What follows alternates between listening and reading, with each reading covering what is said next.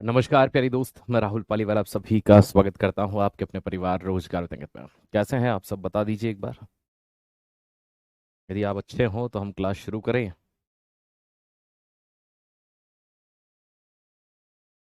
क्यों?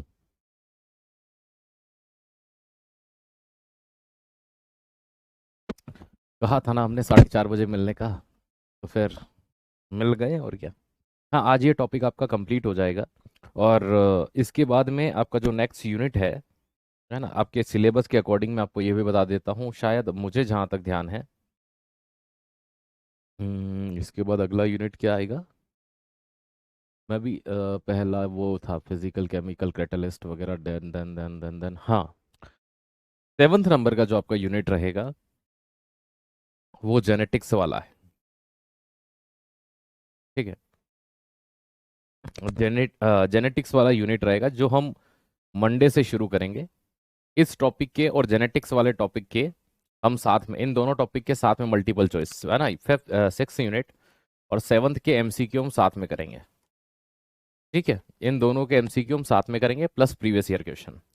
जेनेटिक्स है और जेनेटिक्स के अंदर भी एक दो चीजें आपकी डिफरेंट हैं, जैसे कि एक है ह्यूमन क्रोमोसोमल की बात की जाती है, मानव में लिंग निर्धारण की बात की जाती है। तो एक वो वाला दे दूंगा, उसमें कोई नहीं है। जीनोटाइप क्या होता है, फिनोटाइप क्या होता है, एलील क्या होता है, एलीमॉर्फ क्या होता है। This type of word also known as genetical word. ठीक है, इस प्रकार के शब्दों को आनुवंशिक शब्द की संज्ञा दी जाती है ना। तो ये होते हैं, और शायद मे भी एक सेंट्रल डोगमा का प्रिंसिपल है जो राजस्थान की अक्सर एग्जाम्स में पूछा जाता है ना। सेंट्रल डोगमा आता ही आता है।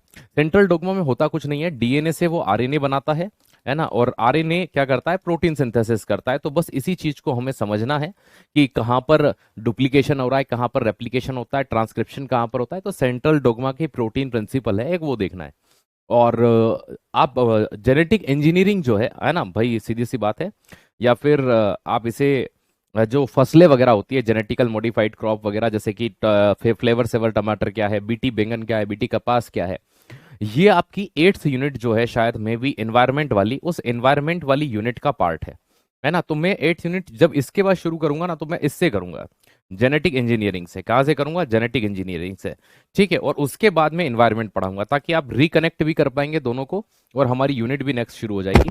तो क्या आप आपके माइंड में आ रहा होगा, 7th यूनिट हमारी अगले वीक में हो जाएगी? जी हाँ, इजीली आराम से हमारी 5 से 6 क्लास के अंदर है ना 7th यूनिट भी हो जाएगी, है ना। और फिर एक वीक के अंदर हमारी 8th भी हो जाएगी। तो कोई दिक्कत नहीं है, हम जो चीज लेकर के चल रहे हैं वो हो जाएगी। ठीक है। तो जेनेटिक्स की भी हमारी 5 या 6 क्लास के अंदर वो कंप्लीट हो जाएगा। अधिकतम 5 क्लास मेरा क्राइटेरिया है, उतने में हो जाएगा। क्योंकि उसमें हमें जेनेटिकल इंजीनियरिंग जो है वो 8th यूनिट में डाला है उन्होंने। आप कभी देखना, मैंने आपको सिलेबस पहली क्लास में बता रखा था, तो वो उन्होंने वहां डाल रखा है, तो हमें उसकी भी कोई समस्या वहां पर होनी नहीं है। ठीक है, चलिए।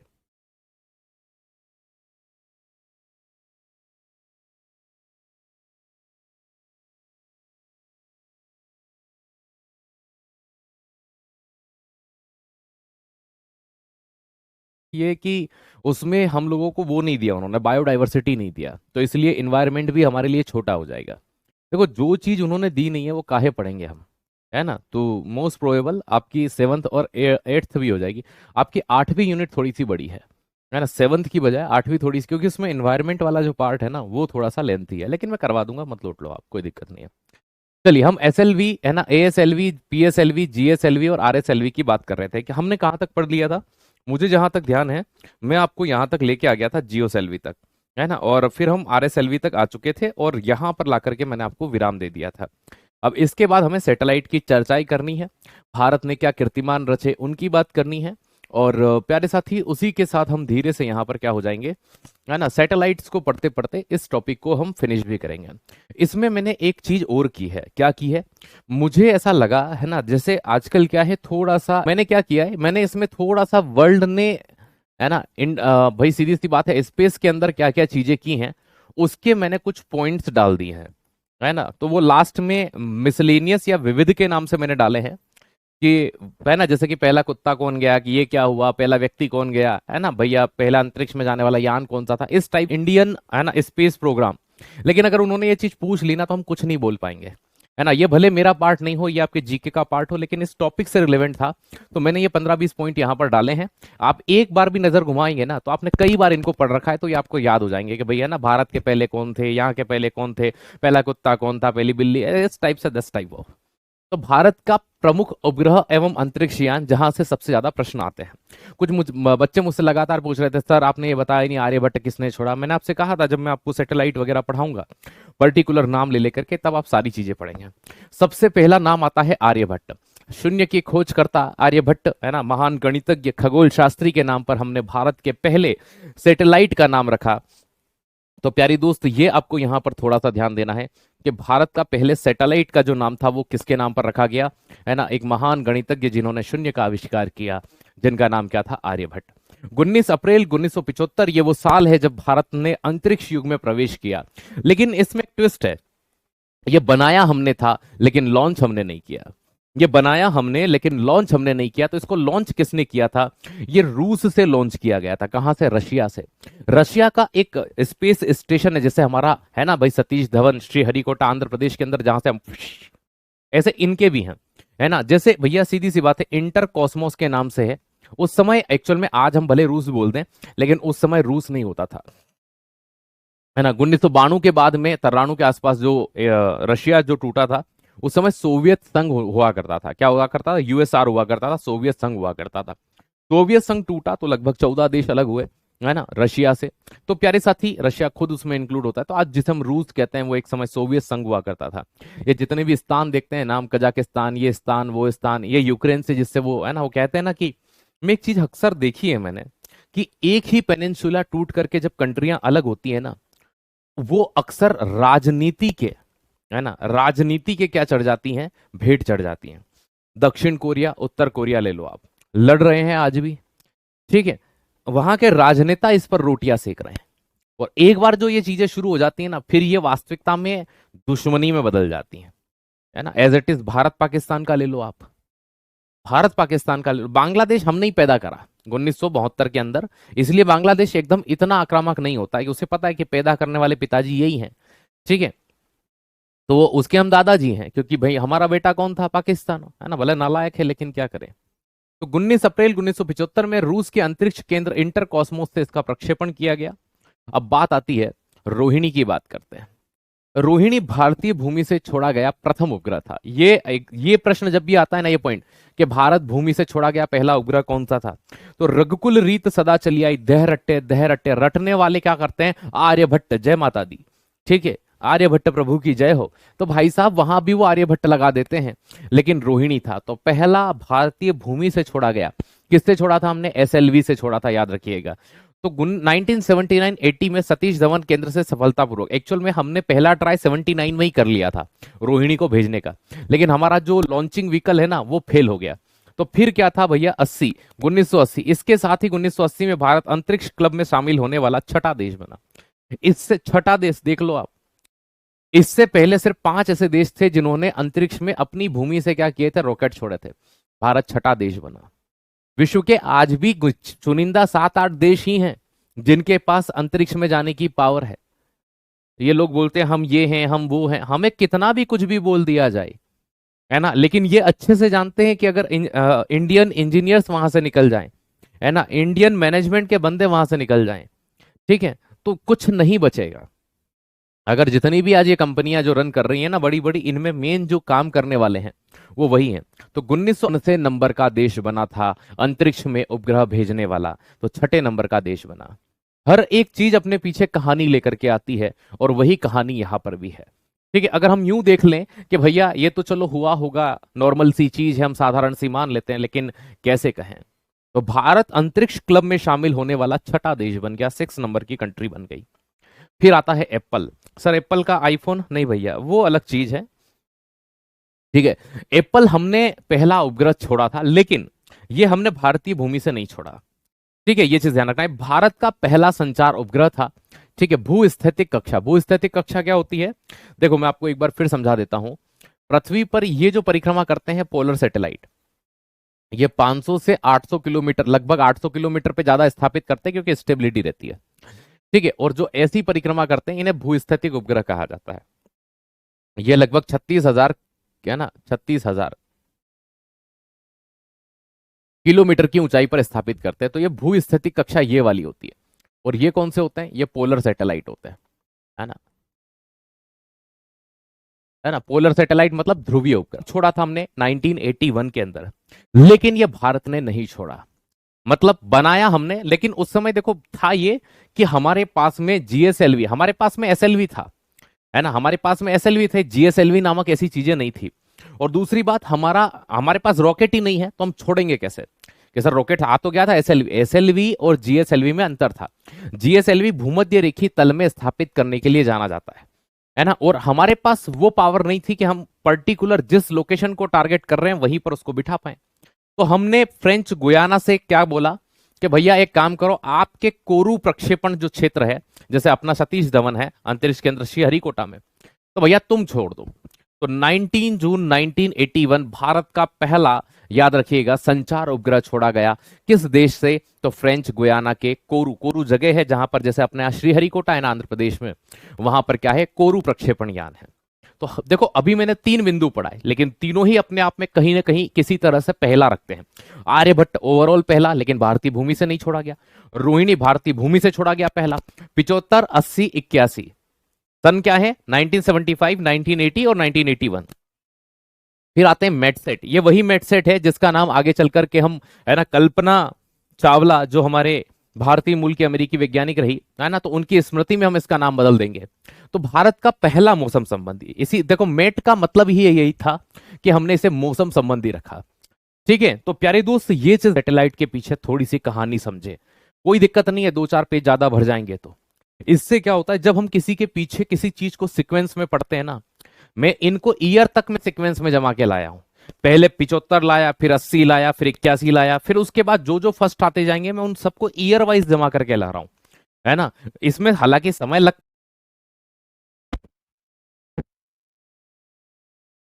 क्या हो गया ऐसा ऐप में एकदम? 2002, 2000, आपको पता होगा हमने 1993 में, 1993 में हमने क्या बना लिया था? पीएसएलवी बना लिया था। उसके बाद हमने 2002 में क्या किया? भूस्थितिक कक्षा में स्थानांतरण कर दिया। किसका? मेटसेट का। मेट का मतलब सीधी सी बात है, यहां मौसम से था, है ना। और फिर क्या हो गया? सेट का मतलब सैटेलाइट से था। इसका नाम भारतीय मूल की प्रथम अंतरिक्ष यात्री, यही चीज याद रखना, भारतीय मूल जब भी बोला जाता है, क्योंकि ये यूएसए के थ्रू गई थी, इंडिया के थ्रू नहीं। ठीक है, जिनका नाम क्या था? कल्पना चावला। इनकी स्मृति में मेटसेट का नाम बदलकर कल्पना फर्स्ट कर दिया गया। तो इसका वर्तमान में नाम क्या है? कल्पना फर्स्ट है। क्या नाम है? कल्पना फर्स्ट। सीधा प्रश्न आएगा कि किस सैटेलाइट का नाम बदल करके कल्पना फर्स्ट रखा गया। देखो मैं आपको एक चीज समझाता हूं, ठीक है। अपडेट हो गया, कुछ नए फीचर दिख रहे हैं क्या? अब होते रहते हैं भाई, इतने हर तीसरे दिन अपडेट आता है कुछ ना कुछ, है ना। आपको ऐप चलाने में दिक्कत तो नहीं आ रही ना?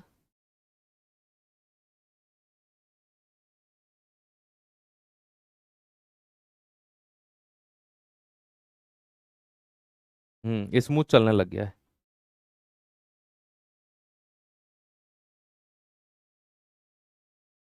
हुआ तो है कुछ ना कुछ। चलो मैं क्लास ले लेता हूँ पहले।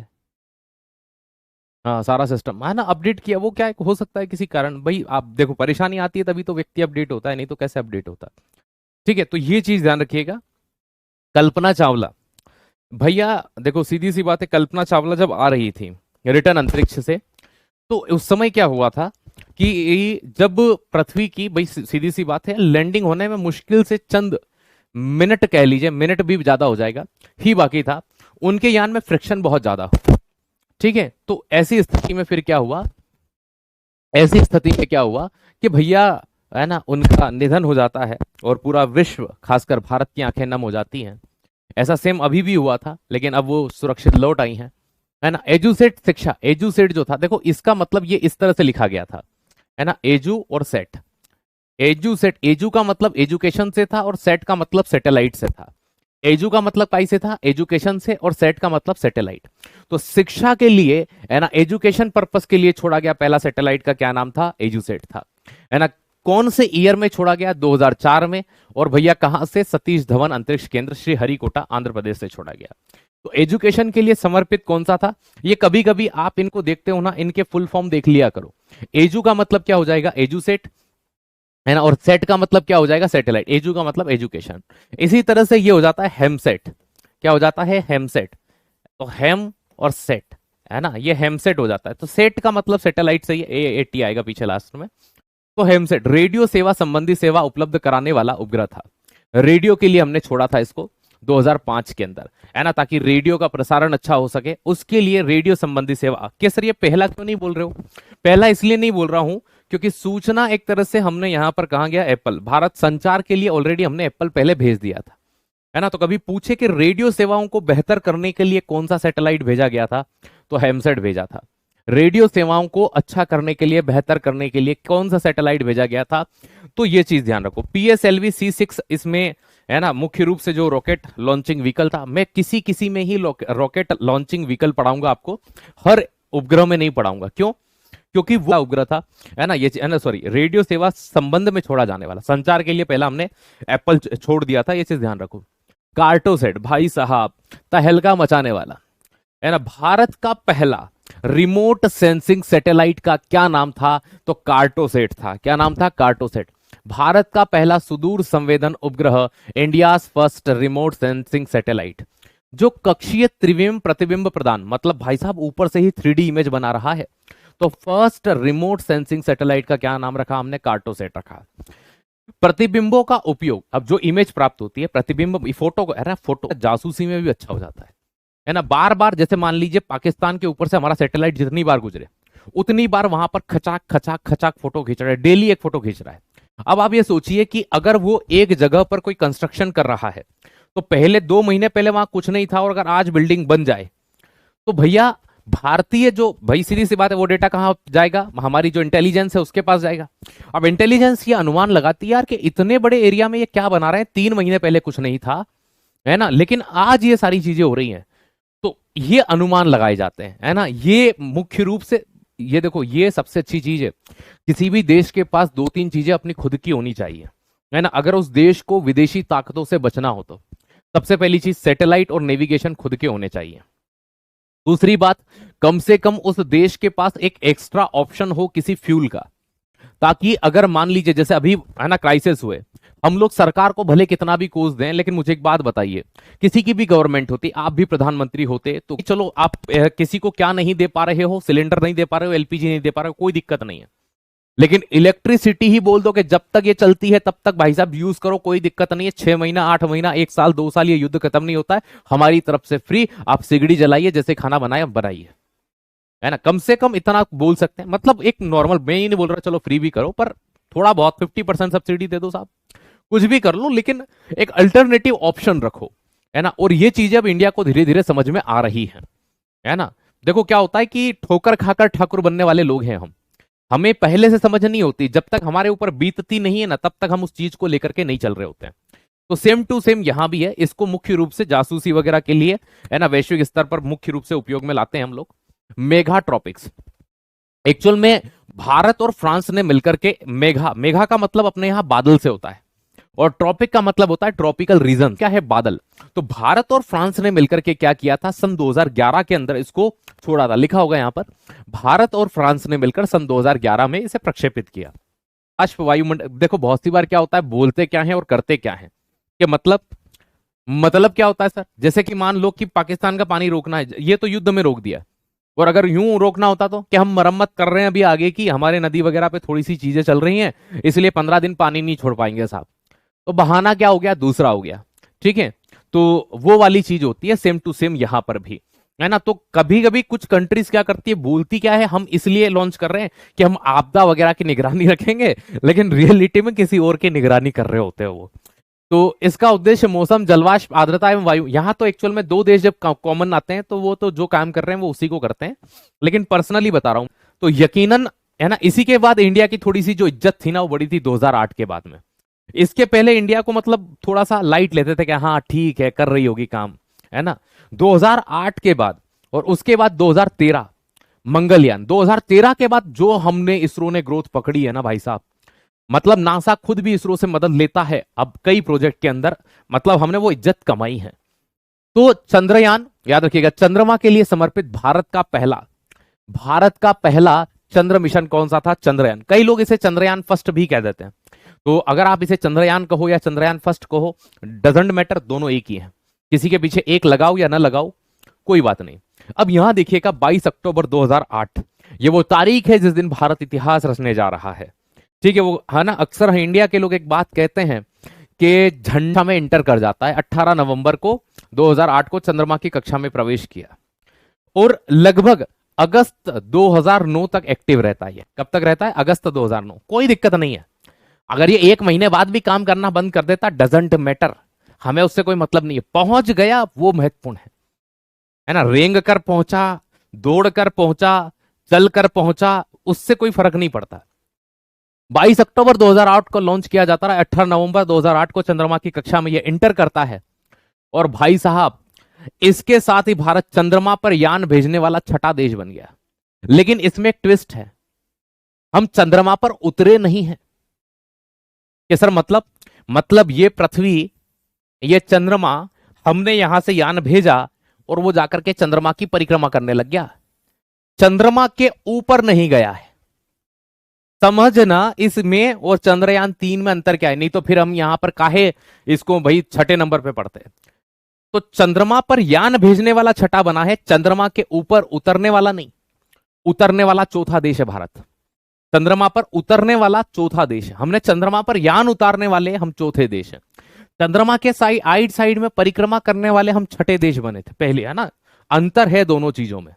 जैसे मैंने आपसे कहा जाइए, आप उज्जैन जाइए और उज्जैन की परिक्रमा कर लीजिए। आपने उज्जैन की परिक्रमा करके वापस लौट गए राजस्थान, सर ने कहा था। अब मैं कहता हूं आप उज्जैन आइए, महाकाल मंदिर के दर्शन करके, अब आप उज्जैन के अंदर आए हो। तो समझ गए ना, बाहर से घूमकर निकल जाना और एक अंदर आना, दोनों चीजों में डिफरेंस है। जैसे मैं आपसे कहता हूं, मैंने राजस्थान पूरा देखा है सिर्फ 2-3 जगहों को छोड़ करके।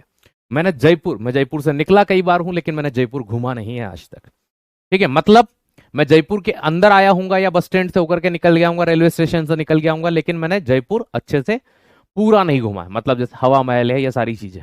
लेकिन अगर मैं कहूं कि मैंने राजस्थान में क्या घुमा है, तो मैं कहता हूं मैंने जोधपुर घुमा है, पूरा घुमा है। जी हाँ, मैंने जोधपुर के किले वगैरह, आइट साइड में जो लेक वगैरह सब देख रखे।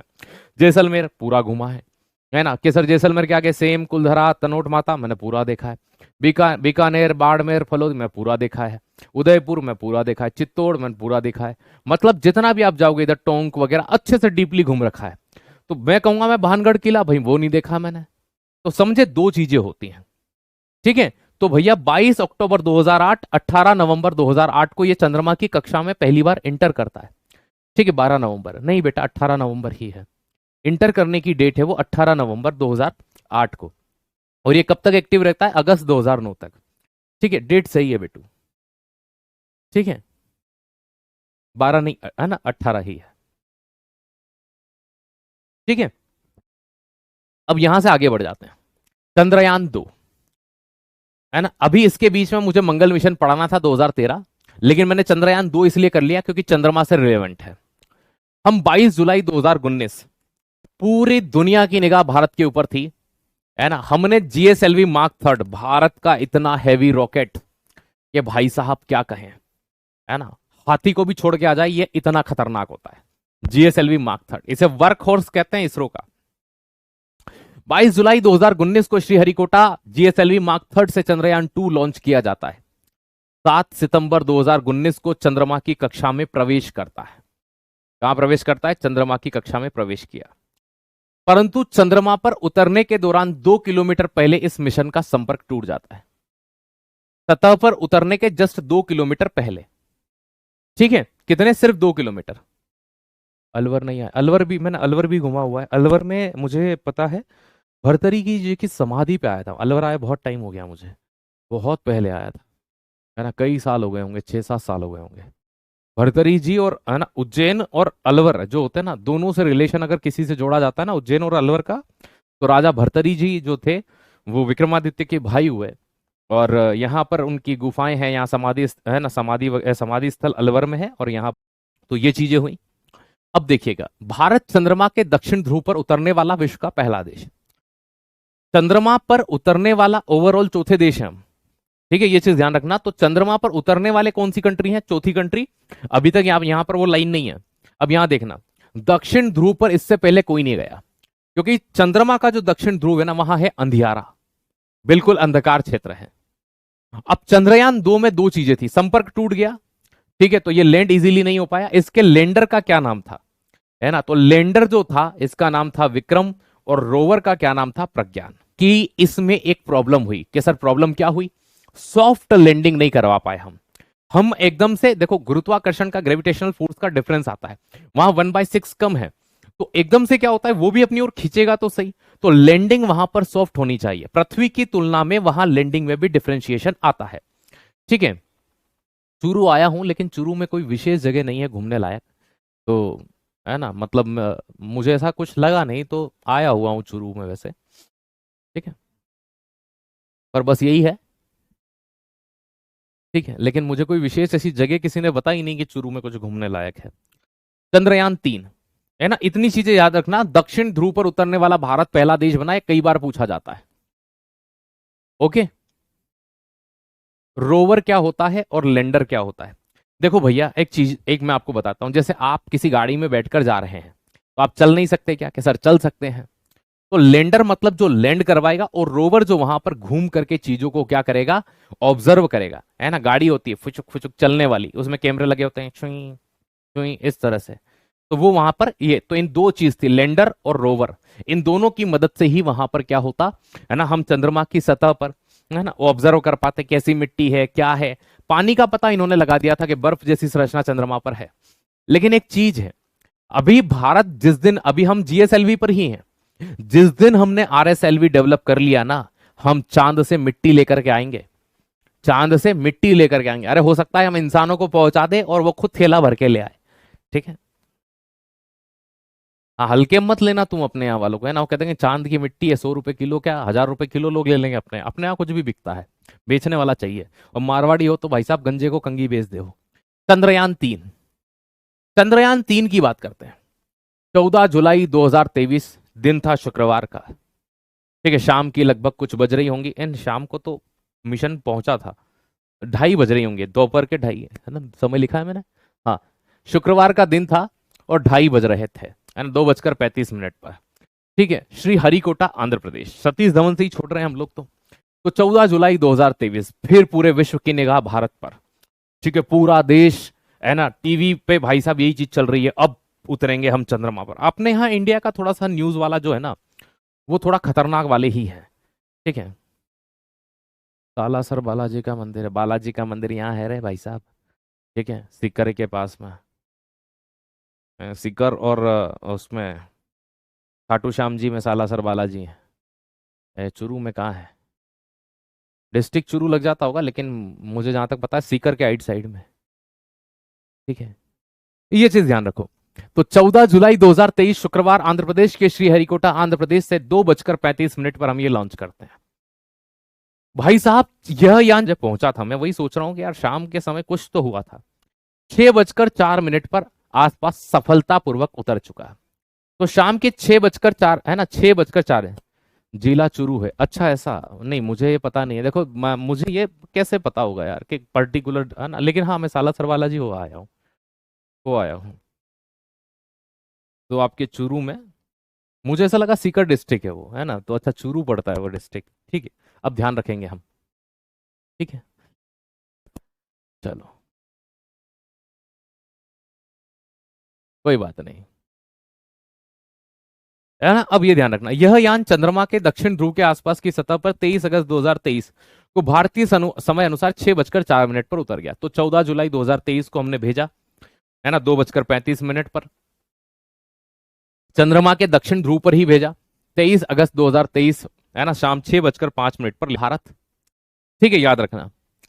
चंद्रमा पर हम पहले देश तो पहले ही बन गए थे उतारने वाले, लेकिन असफल था ना, 100% सफल नहीं हुआ, तो ये चीज ध्यान रखिएगा, तो है ना, चंद्रमा के दक्षिण ध्रुव पर सफलतापूर्वक अंतरिक्ष यान उतारने वाला पहला देश कौन बना, भारत बना, ठीक है।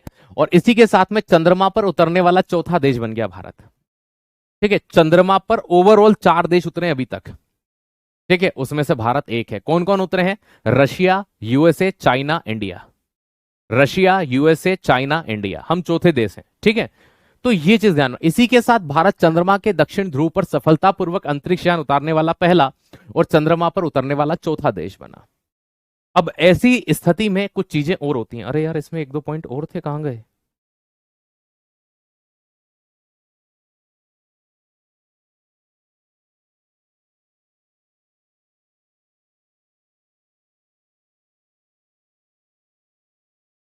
मैं इसमें ऐड कर देता हूं, लिख देता हूं, आप भी लिख लेना, ठीक है। करंट के बिंदु है, भारत जहां उतरा था,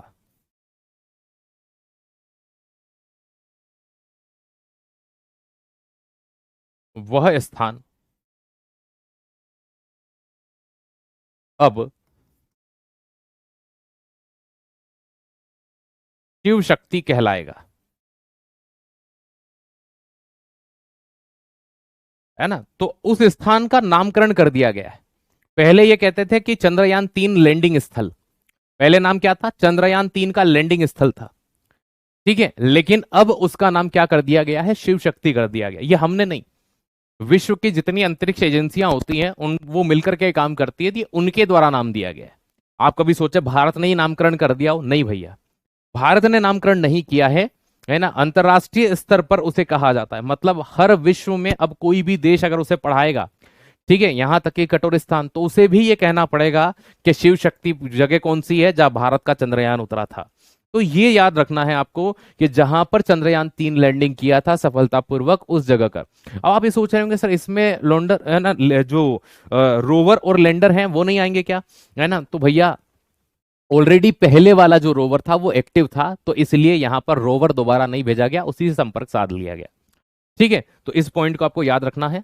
अब आते हैं मंगलयान पर। ये कारनामा भाई, भारत वो कहते हैं ना, देखो कि न क्या एक लाइन है, मैं अक्सर कहता हूं बच्चों को कि न अभाव में जियो न प्रभाव में जियो, ये जिंदगी मिली है अपने स्वभाव में जियो। देखो आप काम करते हो, निश्चित करो, है ना, सब चीजें करो, जितना बेहतर हो सकता है उतना करो, लेकिन स्वाभिमान के साथ कभी किसी का खिलवाड़ नहीं होना चाहिए। देखो सीधी सी बात है, हम लोग स्वाभिमानी लोग हैं, ठीक है, और स्वाभिमान सर्वोपरि है, ठीक है। जाए आज जाता है तो कल जाए, ठीक है ना। हाथ जाते हैं तो शीश जाए, कल जाता है तो आज जाए, हाथ जाते हैं तो शीश जाए, पर कभी स्वाभिमान न जाने का। ये चीज होनी चाहिए, है ना। ऐसा नहीं है कि कुछ भी चल रहा है ना, रास्ते चलते कोई कुछ भी, वो क्या है, फिर एक व्यक्तित्व होता है हर व्यक्ति का, ठीक है। तो उसको लेकर ही आपको जीवन में आगे बढ़ना है ना। तो ये चीजें तो हैं, और हमने तो हमारे, है ना, पुरखों से सुनी है कि भैया हम ये इसलिए छोड़ आए थे क्योंकि हमारी वहां पर ये चीजें हो गई, है ना। हम ये चीज वहां इसलिए छोड़ आए थे कि ये हो गया। तो हमने तो किस्से ही वही सुने कि जिन्होंने हर कुछ छोड़ दिया स्वाभिमान के खातिर, है ना, जिन्होंने सब कुछ छोड़ दिया स्वाभिमान के खातिर। तुम उनसे कहते हो कि शीश झुका लेना, तुम उनसे कहते हो कि शीश झुका लेना, हाँ, तुम शीश कटा देना पर झुकने मत देना, ठीक है। आइए तो मंगलयान की बात करते हैं, मोम मार्स ऑर्बिट मिशन की बात करते हैं, ठीक है। मुझे वो लाइनें राजस्थान के लिए बड़ी अच्छी लगती हैं, कभी कभी मैं सुनता हूं तो। ये कवि ने कहा था, मैं भूल रहा हूँ, शायद मारवाड़ी में कहा था, इसीलिए मारवाड़ी लाइन मुझे प्रॉपर याद नहीं आ रही। किसी ने कहा था कि राजस्थान में वर्षा कम क्यों होती है, तो उस कवि ने बड़ी प्यारी लाइनें कही थी कि राजस्थान की मिट्टी ने खून पी रखा है। इसका नाम मोम क्यों रखा गया?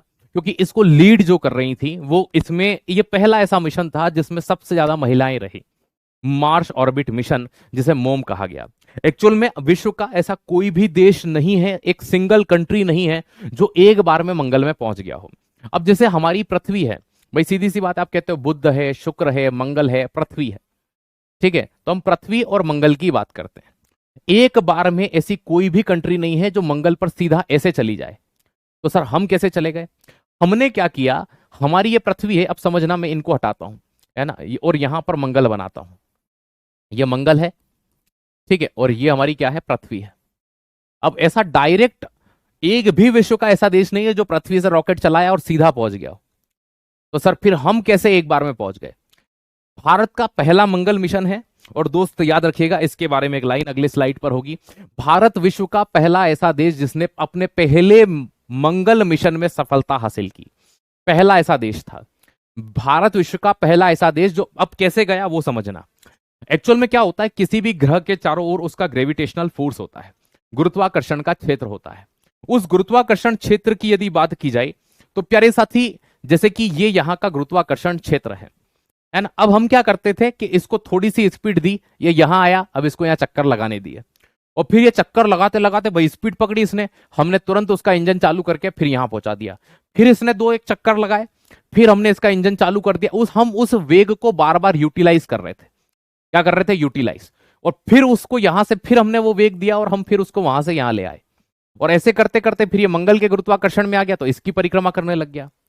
तो हमने, जैसे क्या होता है अक्सर लास्ट में देखा होगा आपने, मम्मी जो होती है हमारे घरों पर जब खाना बनता है तो लास्ट लास्ट में क्या होता है फिर, कि भाई साहब जैसे कोई चीज तल रही होती है तो गैस बंद कर देती है, पकौड़ी तल रही है कि बस अब तो लास्ट में एक बार में निकल जाएंगे, तो गैस ही बंद कर देती है कि तेल इतना तो गर्म है कि इनको निकाल देगा।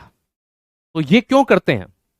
ये करते ही इसीलिए हैं प्यारे दोस्त कि मुख्य रूप से, है ना, ईंधन की बचत हो सके। तो हमने ऐसी ही टेक्नोलॉजी यहां लगाई और फ्यूल को बचाया। ठीक है, भारत का पहला मंगल यान मिशन था 5 नवंबर 2013, PSLV C-25। इसमें ये पूछा जाता है कि किस इंजन का यूज किया गया था। PSLV C-25 का यूज किया गया था, याद रखना। श्रीहरिकोटा, है ना, से हमने इसको भेजा था। इसे 24 सितंबर 2014। अब देखो नवंबर के बाद दिसंबर, अब समय देखो कितना समय लगा है ना। समय लगने का कारण ही यही है कि हम एक एक कक्षा में उसको चक्कर लगवा रहे हैं, फिर आगे भेज रहे हैं। लगभग लगभग सितंबर के बाद अक्टूबर नवंबर 2 महीने ही बाकी होंगे, 10 महीने का समय लग गया हमें। कितने महीने? 10 महीने। सोचो कि जो साइंटिस्ट, है ना, 5 नवंबर 2013 को लॉन्च करके बैठे होंगे, वो 10 महीने इंतजार कर रहे होंगे आज कहां पहुंचा है, क्या हुआ है, आज की अपडेट क्या है। 10 महीने तक, है ना, एक बार में वहां पहुंचाना। सिंगल भाई यहां से, है ना, रॉकेट हैवी हो तो एक बार में पहुंचा दोगे, लेकिन हमारे पास रॉकेट ही नहीं है। दूसरी बात, इतने हैवी रॉकेट नहीं है तो इतना ईंधन भी नहीं है कि एक बार में पहुंचा दे वहां तक। फ्यूल भी तो भरना पड़ता है, या तो फिर सैटेलाइट मत पहुंचाओ, फ्यूल ही भर के पहुंचा दो कि हाँ हम पहुंच गए रॉकेट के साथ। क्या ही मतलब है उसका, वहां जाके पुम सुतली बम थोड़ी फोड़ना है। तो 24 सितंबर 2014 को ये पहुंचता है, 10 महीने के आसपास लगभग समय लग जाता है। भारत विश्व का पहला ऐसा देश बना जिसने अपने पहले मंगल मिशन में सफलता हासिल की। मैं आपको एक कहानी सुनाता हूं। हॉलीवुड ने मूवी बनाई थी एक, है ना, क्या बनाई, 35 से 40 करोड़। भाई साहब उनकी हॉलीवुड की खाली एक पिक्चर बनी है 1000 करोड़ के ऊपर की। तो आप एक अंदाज लगा सकते हो कि हम एक मूवी से जो रियलिटी में है ही नहीं, उसको बनाने में जो 1000 करोड़ लगा रहे हैं, हम भाई साहब उससे आधे में रियल में पहुंचा रहे हैं। सेम टू सेम यहां पर देखिए आप, मार्स ऑर्बिट में 24 सितंबर 2014 को एंटर करता है, 5 नवंबर 2013 को हम लॉन्च करते हैं। पेपर की कटिंग है ना। रॉकेट यान पर 450 करोड़ खर्च हुए मात्र, मतलब हर इंडियन से यदि पैसा लिया जाए तो 4 रुपए, है ना। और प्रति वर्ग किलोमीटर पर भेजने का 11.5 रुपए खर्चा आया था, और मतलब टोटल 450 करोड़। फ्यूल वगैरह इन सब चीजों पे पैसा लगता है। तो अगर ये भी देखा जाए तो पर व्यक्ति अगर 4-5 रुपए दे तो हम भाई साहब चंद्रमा पर भेज सकते हैं। अब तो 100 रुपए भी मांगे तो हर कोई दे देगा, हाँ हम दे देंगे, कोई दिक्कत नहीं है, पहुंचाओ तुम। आइए, विविध या मिसलिनियस, भारत के ये कुछ प्रमुख यान थे, है ना। एक आदित्य L1 मैंने आपको ऑलरेडी पहले पढ़ा दिया, है ना, तो इतनी चीजें आप ध्यान रखना। अब बात करते हैं सोवियत संघ द्वारा निर्मित विश्व का प्रथम सफल प्रक्षेपित उपग्रह कौन सा था। विश्व का पहला सफल, है ना, याद रखिएगा, प्रथम सफल प्रक्षेपित उपग्रह जो लॉन्च किया गया, पूरे वर्ल्ड की पहली बात हो रही है, सोवियत संघ की बात हो रही है। ठीक है, वो कौन सा था? Sputnik first. कौन सा था? Sputnik first. प्रक्षेपण 4 अक्टूबर 1957, 1957 का ईयर याद रख लेना। 1957 ये वो दौर चल रहा है जब भारत को आजाद हुए 10 साल हुए हैं, और ये, है ना, अंतरिक्ष में कीर्तिमान रच रहे हैं। भारत 1969 में किस इसरो की नींव रखता है, और उसके बाद वो चीजें आगे बढ़ती हैं। 3 नवंबर 1957 को स्पुतनिक सेकंड के माध्यम से, है ना, ये देखो कोई ज्यादा अंतर नहीं है। यहां पर हम चल रहे हैं कहां पर? 4 अक्टूबर 1957। अक्टूबर के बाद सीधा नवंबर का महीना आता है, 3 नवंबर 1957। स्पुतनिक सेकंड रशिया का ही। स्पुतनिक नाम जब भी आ जाए, स्पुतनिक वैक्सीन भी कोविड की बनाई थी, रशिया ने बनाई थी। बहुत, है ना, रेस्पेक्ट फुल नाम होता है रशिया के अंदर स्पुतनिक, ये चीज ध्यान रखिएगा। सेकंड के माध्यम से एक जीवित प्राणी जो कि कुतिया थी, है ना, अब देखो कुतिया इसलिए बोलना पड़ रहा है क्योंकि फीमेल है, ठीक है, उसका नाम था लाइका, है ना, फोटो आप देख पा रहे होंगे। तो प्रश्न सीधा पूछा जाता है कि किसे भेजा गया था? लाइका। लाइका एक्चुअल में जो वर्ड होता है इसका मतलब होता है भौंकने वाला कुत्ता, क्या होता है? भौंकने वाला कुत्ता, बार्कर बोलते हैं जिसको, ठीक है, या फिर बार्किंग डॉग, है ना। तो इसी से तो वो लाइन बनी है, जो भौंकते हैं वो काटते नहीं, है ना। तो लाइका का मतलब क्या होता है? बार्कर, बार्कर मतलब भौंकने वाला, ठीक है। तो लाइका मतलब क्या होता है? भौंकने वाला कुत्ता। तो एक फीमेल, है ना, डॉग को देखो, जब जब बात आती है मानवता की भलाई की, जब जब बात आती है मानवता की भलाई की, तो अक्सर बेजुबानों की बलि दी जाती है। जब जब बात आती है मानवता की भलाई की, तो बेजुबानों की बलि दी जाती है। यकीन मानना, हर बीमारी के इलाज से पहले, यकीन मानना, हर बीमारी के इलाज से पहले सारी तैयारियां इन्हीं जीवों पर की जाती है। जैसे कुत्ते पे परीक्षण कर रहे हैं, डॉग पर कर रहे हैं, चूहों पे कर रहे हैं, भाई साहब करोड़ों मार दिए आज तक, लाखों नहीं करोड़ों, है ना। अब इसका क्या कसूर था? इसे पता भी नहीं था कि मैं वापस नहीं आऊंगी, ठीक है। मैं ये नहीं कह रहा कि भैया नहीं पहुंचाना था, ठीक है, लेकिन एक्चुअल में उसे पता भी नहीं था कि ये लौटकर कभी नहीं आएगी, है ना। तो भाई सीधी सी बात है। अरे भाई, कभी मैं तो ये कहता हूं, विश्व के कुछ देश बोलते हैं कि कोई नहीं जाना चाहता अंतरिक्ष में जो रिटर्न नहीं आ सकता उस यान के अंदर बैठ के। मैं एक बार वैकेंसी निकालो इंडिया में, ठीक है, एक बार वैकेंसी निकालो इंडिया में, भाई साहब मैं कहता हूं इतने मानव तैयार हैं यहाँ, हम बैठ के जाएंगे। भाई साहब ये जेसीबी की चांद चलती है, वहां 50 खड़े हो जाते हैं, तुम क्या बात कर रहे हो? एरोप्लेन में एक बार बैठ जाएंगे, यही सोच के चले जाएंगे यहां से आधे। चलो, चंद्रमा की सतह पर उतरने वाला पहला अंतरिक्ष यान कौन सा था? तो लूना। कौन सा था? चंद्रमा की सतह पर लूना उतरा था। और किसका था? सोवियत संघ का था। बस यहीं से टक्कर शुरू हुई थी। लूना 11 नाम है इसका, याद रखना। 13 सितंबर 1959 सोवियत संघ, है ना। 19, ये सब 56 57 58 59 चल रहा है, ठीक है। सर जी, इसी टॉपिक में गगन क्या है? गगन बेटा कल ही पढ़ा दिया हमने, तुम आज पूछ रहे हो, है ना। जीपीएस एडिट, है ना, GPS edit augmented guided navigation system, पढ़ा दिया। जीपीएस गगन क्या होता है, उसका नाम नाविक है। आप पूरी क्लास देखा करिए, है ना, आपको पता चलेगा, है ना। जो चीज आप पूछते हैं अक्सर वो मैं पढ़ा चुका होता हूं, ठीक है। मतलब आप या तो क्लास नहीं देखे हैं। इतिहास में पहली मानवयुक्त अंतरिक्ष उड़ान 12 अप्रैल 1961 वोस्टॉक फर्स्ट थी। कौन सा थी? वोस्टॉक। ये सब रशिया ही कर रहा है, कोई और नहीं कर रहा अभी तक।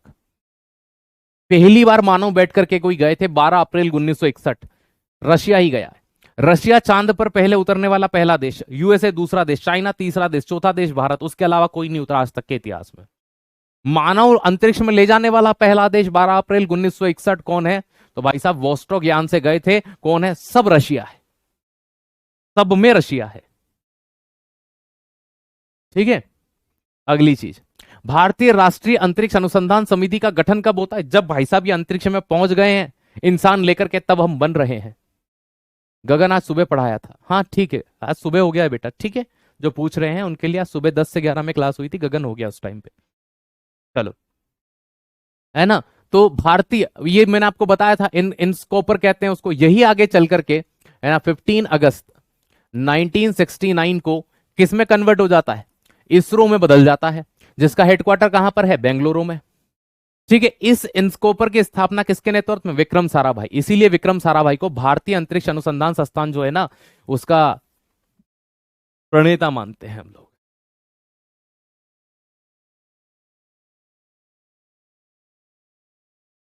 ठीक है। तो इंस्कोपर क्या था भैया? किसके नेतृत्व में की गई? विक्रम साराभाई की स्थापना। ये वही चीजें हैं, सिंगल लाइन में वापस से रिपीट हो रही है। मिसलेनियस पार्ट चल रहा है ना। इनका किसी से, है ना, ऊपर वाले नीचे वाले से किसी का कोई लेना देना नहीं। चलो, देश का प्रथम साउंडिंग रॉकेट नाइक अपोश, देश का पहला नाइक अपोश जो था, यह अमेरिका निर्मित था, है ना। का प्रक्षेपण कब किया गया? 21 नवंबर 1953। नाइक अपोश जो था यह हमने लॉन्च किया था, देश का पहला, लेकिन यह अमेरिका में बना हुआ था। अमेरिका से हम लेकर के आए, साहब हमको रॉकेट दे तो हमको छोड़ना है। यह थुम्बा केरल से लॉन्च किया था, मैंने पढ़ाया है आपको। कहां से किया था? थुम्बा केरल से। और दूसरी बात मैं आपको यहां कहना चाहूंगा कि बाद में फिर हमने एसएलवी थर्ड डेवलप किया 1980 में। हमारे पास कहां था यार 1963 के आसपास? हम तो एसएलवी बना रहे हैं कब? 1980 के आसपास में, 1980 के आसपास में। 1963 में कहाँ था अपने पास? तो ये अमेरिका से लेके आया था साहब, हमको एक रॉकेट दे दो, हमको आसमान में छोड़ना है, तो इसलिए हम अमेरिका, ये याद रखना, ये भारत ने नहीं बनाया था, ये हमने लॉन्च जरूर किया था। तो देश ने पहला रॉकेट नाइक अपोस्ट लॉन्च किया था। भारतीय राष्ट्रीय अंतरिक्ष अनुसंधान समिति का पुनर्गठन करके भारतीय अंतरिक्ष अनुसंधान संगठन इसरो कब बनाया गया? तो समिति से कॉर्पोरेशन बना दिया इसको, ठीक है, 15 अगस्त 1969, ये ऑलरेडी मैंने आपको अभी बताया, हेडक्वार्टर बेंगलुरु में है इसका, ठीक है। भारत एक स्पष्ट एवं स्वतंत्र भारतीय अंतरिक्ष कार्यक्रम कब बनाया गया? 1972, ठीक है। मतलब सारी चीजें क्लियर की गई कि हमारा विजन क्या है, ठीक है, हमारा विजन क्या है। ये 1972, क्योंकि ये वो साल था, इस साल बहुत बदलाव होने थे। 1972, क्योंकि 71 में भाई साहब ऐसा बवंडर मचा था आपको भारत पाकिस्तान वॉर का, तब हमने सीख ली थी कि हमें कोई ऐसी कंट्रीज है जिनके पास बहुत सारी टेक्नोलॉजीज हैं, वो हमारी मदद नहीं कर रहे हैं। तो 1972 ये वो साल था जब अंतरिक्ष विभाग बनाया गया, इसके पदेन अध्यक्ष पीएम होंगे साहब, ये सारी चीजें की गई, और एक स्वतंत्र भारतीय अंतरिक्ष कार्यक्रम के लिए फंड जारी किया जाएगा। ये सब 1972 के साल में हो रहा है ना। अंतरिक्ष आयोग का गठन 1972 में किया गया। अंतरिक्ष विज्ञान अनुसंधान केंद्र की स्थापना, ये एक भाई साहब आपके राजस्थान के लिए महत्वपूर्ण प्रश्न बन जाता है ना। क्यों? क्योंकि राजस्थान जीके का भी प्रश्न है ये, और स्पेस से रिलेवेंट भी है, तो ये आपके जीके में भी पूछा जा सकता है या फिर नॉर्मली भी। तो अंतरिक्ष विज्ञान अनुसंधान केंद्र की स्थापना, रियलिटी में अच्छा काम कर रहे होते हैं, रिसर्च करते हैं रियली में, तो वो क्या होते हैं, वो अपनी थीसिस वगैरह को जो प्रस्तुत करते हैं, हम ऐसा मॉडल करना चाहते हैं, ये करना चाहते हैं, तो एक तो जो उनको अगर वो रिजल्ट 100% आ जाए तो भाई समझ जाते हैं कि ये बंदा काम का है, ये रिसर्च करता है, ये उसके ऊपर काम कर रहा है, पैसा लगाया है, ये चीज टेक्नोलॉजी हमारे लिए काम की है। फिर ऐसे बंदों को उठा लिया जाता है इसरो के द्वारा, भैया आ जाओ, इसरो आपको ऑफर कर रहा है। अंतरिक्ष विज्ञान अनुसंधान केंद्र की स्थापना कहां पर किया गया? जोधपुर के अंदर की जाती है। अब यहां से आगे बढ़ते हैं, इसरो उपग्रह केंद्र कहां पर है? तो भाई सीधी सी बात है, इसरो का सैटेलाइट सेंटर बोर्ड लोकेशन कहां पर है? बेंगलुरु के अंदर। अंतरिक्ष अनुप्रयोग केंद्र कहां पर है? अहमदाबाद में। इसरो दूरमिति अनुवर्तन एवं निर्देश संचार नेटवर्क का मुख्यालय कहां है? बेंगलुरु के अंदर। ये सब लगभग लगभग सारे हेडक्वार्टर हमने पढ़ लिए हैं, और ये तो याद करने की चीजें हैं, एक बार आप कर लीजिएगा, पढ़ लीजिएगा। है आपको याद आ रहा हो, कर्नाटका के हासन के अंदर हमने थोड़ी सी चर्चाएं भी की थी हिस्ट्री को लेकर के, कि हासन में यार श्रवण बेलगोला का जो बाहुबली है वो उससे रिलेवेंट करवाया था। फिर आप मूर्तिकला वगैरह का प्रवेश द्वार आपने बताया था, होयसल कला का, ठीक है, याद है। तो तिरुवनंतपुरम के बाद हासन हो गया, हासन का बाद महेंद्रगिरी नाम का एक स्थान है। आज 3 जगह पर ये जड़त्व प्रणाली जो है वो काम कर रही है, ये वही फ्यूल वाली है, ठीक है। भारतीय अंतरिक्ष विज्ञान और तकनीकी संस्थान आईआईएसटी की स्थापना कब और कहां की गई? इसे 2007 में स्थापित किया गया। कहां पर किया गया? केरल के तिरुवनंतपुरम के अंदर, है ना। भारतीय अंतरिक्ष विज्ञान और तकनीकी संस्थान, तकनीकी का मतलब देखो 2 चीजें होती हैं, एक सैटेलाइट भेजना, सैटेलाइट पे काम करना अलग चीज है, और एक ये होता है कि टेक्नोलॉजी पे, इनका काम है नई टेक्नोलॉजी डेवलप करना, इसरो का काम है डेवलप हो चुकी है उनको भाई साहब ऊपर पहुंचाना। तो ये 2 अलग अलग चीजें हैं, ये याद रखिएगा। आईआईएसटी कहां पर है? केरल के अंदर है, तिरुवनंतपुरम में, और ये टेक्नोलॉजी डेवलप करती है अंतरिक्ष विज्ञान के क्षेत्र में, है ना, ताकि इसरो को किस तरह से मदद दी जा सके उसके लिए। यहां से हम फिर आगे बढ़ते हैं। तो श्री हरिकोटा से प्रक्षेपित किया गया प्रथम उपग्रह रोहिणी था, 1979 में असफल रहा था। आप 80 भी साथ में याद रखेंगे, 1980 भी साथ में याद रखेंगे, ठीक है, 79 80। भारत की नौवहन प्रणाली गगन का उद्घाटन कब किया गया? 13 जुलाई 2015 को। कब किया गया था? 13 जुलाई 2015 को इसका उद्घाटन किया गया था। और गगन के बारे में आज सुबह की क्लास में हमने डिटेल से पढ़ा है कि इसका फुल फॉर्म क्या होता है, और मैंने इसके अलावा आपको यूरोप का, है ना, भी बताया कि इसका जीपीएस जो होता है उसका नाम गैलीलियो है, बाइडू चीन का होता है। इस तरह से हमने जिन जिन के नेविगेशन सिस्टम्स थे उनके बारे में पढ़ा था, कैसे ये कम्युनिकेट करते हैं, क्या कारण है, वो सारी चीजें सुबह 10 से 11 की क्लास में हमने देखी थी। भारत के प्रथम अंतरिक्ष यात्री कौन थे? तो राकेश शर्मा थे। कौन थे? राकेश शर्मा। तो भारत के पहले प्रथम अंतरिक्ष, लेकिन एक मैं आपको आज और बात बता देता हूं, भारत ने अपनी भूमि से अपना एक भी वैज्ञानिक आज तक अंतरिक्ष में नहीं भेजा है। तो ये हमने रशिया के सहयोग से गए थे, राकेश शर्मा, है ना। किसके सहयोग से? है ना, रशिया के सहयोग से राकेश शर्मा गए थे। रक्षा अनुसंधान एवं विकास संगठन की स्थापना कब की गई? ये डीआरडीओ बोलते हैं इसको शॉर्ट फॉर्म में, है ना, defence research and development organisation, short form में क्या बोलते हैं? डीआरडीओ। 1958 में हम इसकी स्थापना करते हैं, ठीक है। और रक्षा अनुसंधान तथा विकास विभाग, इसी को देखो, सीधी सी बात है, defence research and development organisation 1958 में बनता है। रक्षा अनुसंधान तथा विकास विभाग कब बनाया गया? अब यहां 2 चीजें हैं। अब आप कहोगे सर या तो आपने ऊपर गलत लिखा है या नीचे गलत लिखा है। भाई आगे के वर्ड दोनों में सेम है, ये रक्षा अनुसंधान तथा विकास, रक्षा अनुसंधान तथा विकास। अब जो डिफरेंशिएशन जनरेट होगा वो यहां से होगा। यहां ये एक संगठन है, ऑर्गेनाइजेशन। संगठन मतलब जैसे आप और हम 8-10 लोग मिलकर के एक ऑर्गेनाइजेशन बना लेते हैं कि हम ये काम करेंगे, तो वो हमारा संगठन हो गया, हमने रजिस्टर करा लिया। लेकिन विभाग जो गवर्नमेंट के अंडर काम करता है, तो ये विभाग बनता है सन 1900, है ना, याद रखिएगा ये, है ना, ये डिपार्टमेंट कब बनता है 1980 में, और ये ऑर्गेनाइजेशन कब रहता है तो 1958 में। जब मैं बच्चों को दोनों सन पढ़ाता हूं तो बच्चा कहता है गलत पढ़ा रहे हो, ठीक है ना। जब 1980 में बना है आपको पता ही नहीं है, 1958 ऊपर लिख दिया, नीचे 1980 लिख दिया, को भारत सरकार का एक डिपार्टमेंट बना दिया जाता है। अब भारत सरकार इस पे काम करती है। तो प्यारे दोस्त याद रखिएगा, है ना भाई, विभाग का मतलब ये होता है, जैसे मान लीजिए एक कानूनी, जैसे जब भी कोई गवर्नमेंट अपने लेवल पर, नेशनल लेवल पर कोई विभाग बनाती है तो वो सरकार का विभिन्न अंग बन जाता है। और ऑर्गेनाइजेशन कोई भी बना सकता है ना भाई। मैंने बना दिया ऑर्गेनाइजेशन, हम भारत के लिए रिसर्च पे काम करेंगे, मैंने 10 लड़के पकड़ लिए, चलो बैठो, क्या कर सकते हैं सर, पाकिस्तान के ऊपर एक साथ, है ना, एक साल में, है ना भाई साहब, है ना, पत्थर फेंके जाए इंडिया के द्वारा, ठीक है सर, एक काम किया जाए, है ना, पाकिस्तान जो है उसको इधर से सड़े हुए चावल फेंक दे, कुछ भी अंड संड आइडिया दे रहे हैं। ऑर्गेनाइजेशन किसी भी व्यक्ति मिलकर के बना सकते हैं, तो ये चीज ध्यान रखिएगा। और वो ऑर्गेनाइजेशन जब अच्छा काम करती है तो सरकार वो चाहती है कि ये हमारे साथ मिल जाए, हम इनको डिपार्टमेंट के तौर पे बना लें। कुछ ऑर्गेनाइजेशन गवर्नमेंट खुद चला रही होती है, तो गवर्नमेंट किसी ऑर्गेनाइजेशन को चला रही है तो फंड करती है गवर्नमेंट उसको चलाने के लिए, ठीक है, गवर्नमेंट फंड भी करती है और गवर्नमेंट ये कहती है आप काम करिए। तो बहुत सारी चीजें होती है ना, तो ये चीज ध्यान रखिएगा। विभाग होता है, एक आयोग होता है। आयोग जो होता है वो बिल्कुल बकायदा, है ना भाई, सिंपल सी बात है, जैसे कि आप कहते हो ना योजना आयोग है, महिला आयोग है, तो ये संविधान के तहत बनाए जाते हैं, कॉन्स्टिट्यूशन के थ्रू। विभाग की तो भाई सीधी सी बात है, संसद में बोला गया, बनाया कि हाँ हम बना रहे हैं, तो थोड़ा बहुत डिफरेंशिएशन सब चीजों में होता है। तो यहाँ ये संगठन है, ये विभाग है। सर विभाग मजबूत होता है कि संगठन? विभाग ज्यादा पावरफुल होता है, विभाग ज्यादा पावरफुल होता है पैसा वगैरह सब चीजों में। और फिर सीधी सी बात है, जिसके अंदर कंट्रोल में आ रहा है, जो लोग काम कर रहे हैं उन सबको एक सहूलियत। ऑर्गेनाइजेशन कभी भी बंद हो सकता है, एक ये भी थोड़ा सा होता है, ठीक है। आइए अगली चीज, है ना, इसमें एक और रह गया होगा शायद, है ना, कोठारी साहब। कोठारी साहब जो है ना, याद रखिएगा, डीआरडीओ के पहले प्रमुख कौन थे, कभी पूछा जाए तो वो कौन से थे? कोठारी साहब, है ना। मैं इसलिए याद रखता हूं कि डीआरडीओ जब से आई है, ठीक है, डीआरडीओ जब से आई है ना, सामने वाले को भाई क्या करती है, रक्षा उपकरण करना है, डिफेंस के ऊपर काम करना है, ठीक है, कोठारी साहब।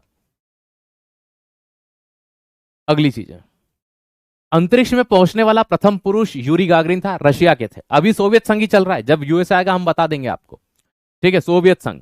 अंतरिक्ष में पहुंचने वाला पहला आदमी, अंतरिक्ष में रॉकेट छोड़ने वाला पहला आदमी, पहला कुत्ता पहुंचाने वाला पहला, ये सब में रशिया है।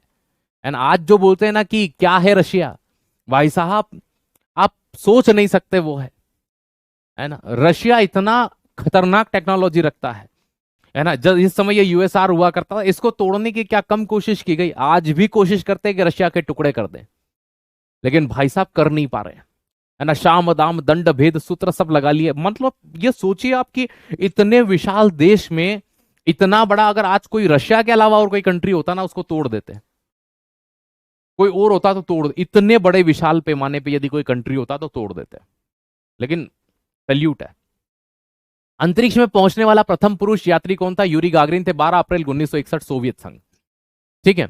अंतरिक्ष में पहुंचने वाली प्रथम महिला कौन थी? वेलेंटीना तोरेश्किवा थी, ये भी रशिया की थी, 16 जून 1963, सोवियत संघ, वो स्टॉक 6 से गई थी ये, तो ये चीज ध्यान रख लेना। तो प्रथम, यहाँ पुरुष ही पूछते हैं, ये यानवान नहीं पूछते, इसमें सिर्फ ये याद रख लेना महिला कौन थी, तो वेलेंटीना तेरेश्कोवा, और यात्री कौन थे? यूरी गागरिन थे।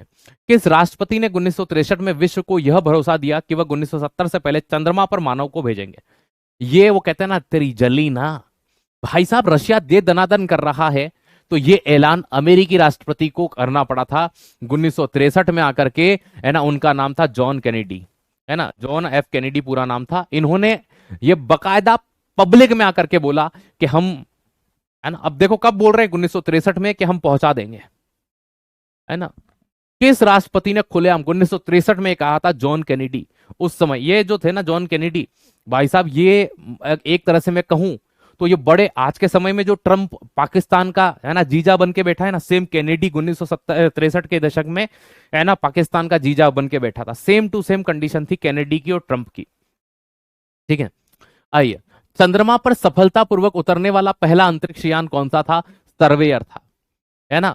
ये रोबोटिक अंतरिक्ष यान था, इसमें कोई मनुष्य नहीं थे, 30 मई 1966। ठीक है, अब यहां पर ये चीज ध्यान रखना कौन सा था, देखो नाम से ही पता चल जाता है। ठीक है, सर्वेयर फर्स्ट, ये इस तरह से है ना। तो ये किसके हैं? रशिया के हैं। चंद्रमा पर कदम रखने वाला पहला व्यक्ति कौन थे? Neil Armstrong. कौन थे? नील आर्मस्ट्रांग थे, ये चीज ध्यान रखना। तो चंद्रमा पर कदम रखने वाले प्रथम व्यक्ति नील आर्मस्ट्रांग थे, 20 जुलाई 1969। 1970 से पहले पहुंच जाएंगे, बिल्कुल सही बात थी, उन्होंने जो वादा किया वो निभाया भी सही, नील आर्मस्ट्रांग थे। उसके उपरांत है ना एक पेपर में आ गया था, दूसरा कदम किसने रखा बताइए। तो मैं ये सोच रहा हूं कि ये लंगड़ा था क्या, है ना। प्रश्न हूबहू आया हुआ था पेपर के अंदर कि चंद्रमा पर दूसरा कदम किसने रखा।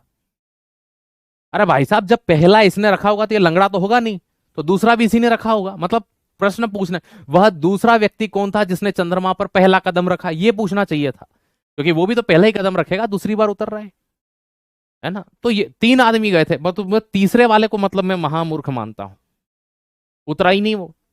कहते हैं कि इंजन वगैरह के पास बैठना जरूरी, अरे इनको बिठा देता, चांद कैसा दिखता है हमारे जैसे, तो कह देते हैं रुक रुक 5 मिनट चाय पी के आता हूं।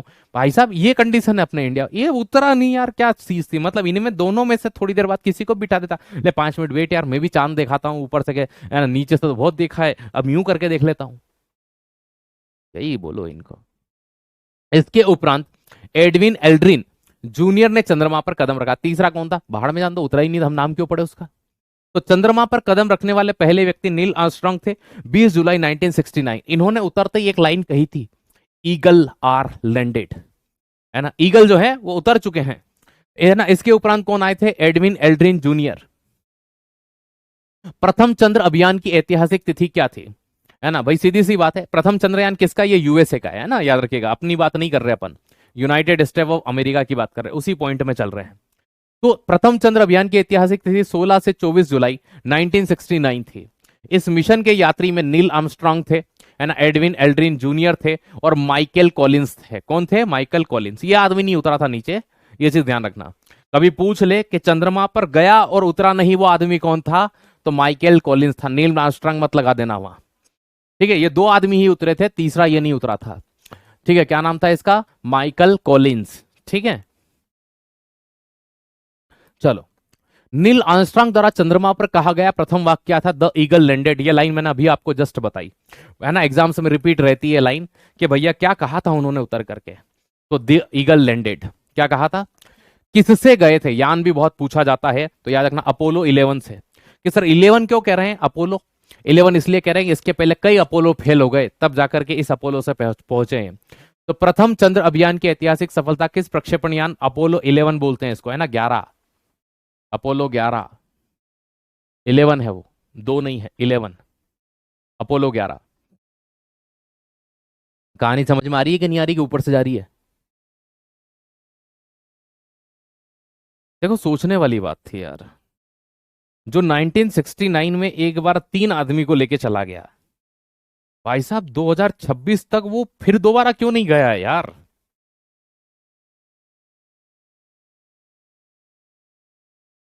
मतलब क्यों नहीं गया? और कोई पूछता नहीं इनसे तुम दोबारा क्यों नहीं जा रहे हो?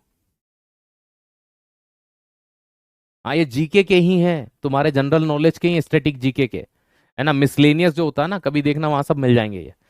जो 1969 में पहली बार 3 आदमियों को लेके चला गया, मेरे सोचने में ये चीज नहीं आ रही कि ये वापस क्यों नहीं गए 2026 तक। 30 और 26 लगभग, भाई सीधी सी बात है, 56 साल हो गए। 56 साल में तुम दोबारा कभी, सोचने वाली बात है। मतलब मुझे इंटरनली ये लगता है कि यार तुम अगर एक बार आदमी ले जा सकते हो, दोबारा काहे नहीं। इसलिए अधिकतर ये शक ही करते हैं इनके ऊपर कि इनने भाई साहब है ना सिर्फ दिखावा करा है कि हमने पहुंचा दिया, ये ना कभी लौट कर आए, है ना। भाई साहब इनको पानी में डुबो दिया कहीं पर कि भाई साहब ये देखो, है ना, ये यहाँ पर लैंड हुए थे, वहीं मलबा गिरा दिया, कहीं फोटो खिंचवा लिए होंगे चांद जैसी भूमि बनाकर, कुछ ये भी कहते हैं। चलो आगे आते हैं। मंगल ग्रह पर उतरने वाले प्रथम मानव निर्मित यान कौन सा था? मार्स थर्ड था। ठीक है, ये भी किसका था? सोवियत संघ का था। ठीक है, मंगल ग्रह पर उतरने वाला मानव निर्मित यान कौन सा था? मार्स थर्ड था, लेकिन किसी का नाम नहीं मिलता इसमें। अमेरिकी अंतरिक्ष एजेंसी नासा, है ना, इसका कहना था, एरोनॉटिक एंड स्पेस एडमिनिस्ट्रेशन इसका पूरा नाम होता है, कि स्थापना 1 अक्टूबर 1958 को होती है। जब इसकी स्थापना हुई, है ना, तब रशिया अंतरिक्ष में तहलका मचा रहा था। नासा की जब स्थापना हो रही है 1957, 58, 59, 60, 61, 62, कहीं कुत्ते कहीं आदमी कुछ भी भेज रहा है रशिया आसमान में। और उसी ड्यूरेशन में जब 57 रशिया ये कारनामा कर देता है कि हम अंतरिक्ष में चले गए, तब भाई साहब 58 में फिर ये होश में आते हैं कि नहीं यार, अपने कोई बनाना पड़ेगा, अपने कोई काम करना पड़ेगा, नहीं तो जलवे किसके हैं? सोवियत संघ के। भारत का अंतरिक्ष में, याद रखिएगा, प्रक्षेपित प्रथम उपग्रह कौन सा था? आर्यभट्ट था। ठीक है, इसका प्रक्षेपण तत्कालीन सोवियत संघ के है ना, याद रखना, कापुस्तीन, जिसे हम मुख्य रूप से, है ना, कापुस्तीन यार कहते हैं, प्रक्षेपण केंद्र, है ना, कॉस्मोस 3M से प्रक्षेपण यान द्वारा 19 अप्रैल 1975 ऑलरेडी हम पढ़ चुके हैं। अब आपको यहाँ दो चीजें दिख रही होगी। सर ये हमने कापुस्तीन यार पहले नहीं पढ़ा था, ये व्हीकल है, रॉकेट का नाम है जिससे हमने इसको छोड़ा था। हमने पढ़ा था कॉस्मोस। कॉस्मोस क्या है? प्रक्षेपण यान, भाई सीधी सी बात है, 3M। तो कास्पुतनिक यार प्रक्षेपण केंद्र जहां से इसको भेज रहे हैं, और कास्मोस 3M क्या है? उस रॉकेट या उस मिसाइल का नाम है। तो ये हो गया आपका रॉकेट जिससे अपन इसको भेज रहे हैं। ठीक है, और ये क्या है? कापुस्तीन यार, तो ये जगह का नाम है। किसका नाम है? जगह का। तो कभी कंफ्यूज हो जाओ तो मैं आपको वापस बता देता हूं। कापुस्तीन यार क्या है? जगह है, वहां के कॉस्मोस 3M से हमने भेजा। एग्जाम में यही पूछते हैं किससे भेजा था? कॉस्मोस 3M से भेजा था। आर्यभट्ट किससे भेजा गया था? किस यान से भेजा गया था? कॉस्मोस से भेजा गया था। ठीक है, 19 अप्रैल 1975। भारत ने अंतरिक्ष युग में कब प्रवेश किया? आर्यभट्ट के प्रक्षेपण से। लेकिन छठे नंबर पर वो अंतरिक्ष क्लब में कब शामिल होता है? 1980 में। हमने इस युग में भले प्रवेश कर लिया सन 1975 में, लेकिन अपनी जगह से नहीं छोड़ा था। होते हैं ना SLV, GSLV, PSLV, इनकी बात कर रहे हैं। पृथ्वी की सतह से 100 किलोमीटर दूर जाने वाला पहला रॉकेट कौन सा था? जर्मन V2 था। नाम से स्पष्ट है किसका होगा? जर्मनी का होगा। जर्मन V2 था, पहली बार गया आसमान के अंदर। देखो आज देखो आप कि हर एक का दौर आता है। ठीक है, हर एक का दौर आता है, हर एक से बेहतर, और हर एक का तोड़ आता है ना। तो सेम टू सेम यहां देखिए, कभी एक, है ना, ऐसे कंट्रीज, ब्रिटिश, है ना, नाम चलता था, है ना, यूनाइटेड किंगडम का। आज की स्थिति देखो, ग्रेट ब्रिटेन, जापान, जर्मन, भाई साहब फ्रांस, इनके ऐसे इतिहास रहे हैं ना कि क्या कहा जाए। लेकिन आज देखो,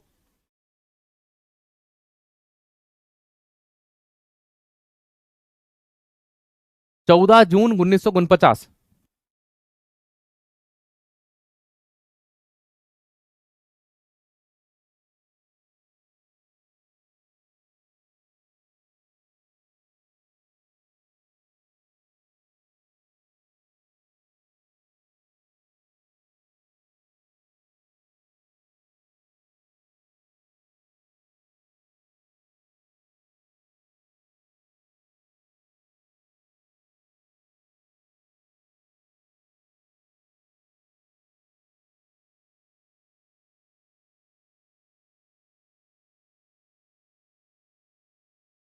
चलो,